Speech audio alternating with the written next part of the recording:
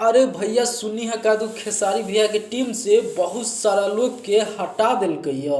तो आओ न तनी जानते हैं कि कौन हटाया है और किसको किसको जोड़ा गया है। जी हाँ भैया, हम बात कर रहे हैं खेसारी लाल यादव जी के टीम मेंबर्स के बारे में। सबसे पहले दोस्तों, आप देखे होंगे कि अखिलेश कश्यप लाइव आ रहे हैं, खेसारी भैया को ऐड कर रहे हैं, बल्कि जितने भी टीम मेंबर हैं सबसे बात कर रहे हैं। सब दिखाई दे रहा है सोशल मीडिया पे कि ना ये सब जो है ये खेसारी लाल का टीम है। और इसमें से भैया एक बंदा तो है जो कमी उसका महसूस हो रहा है और उनका नाम है विवेक सिंह को। अभी आप कुछ दिनों से सोशल मीडिया पे या खेसारी भैया के साथ आप नहीं देख रहे होंगे। खेसारी लाल यादव जी के दिल से चाहते हैं, जो उनका फैंस है उनका कहना है कि विवेक सिंह को आखिर क्यों हटा दिए भैया। आप ये सोच रहे हैं कि खेसारी लाल यादव जी के टीम से ये हट गए हैं, तो यहाँ पे आप गलत है।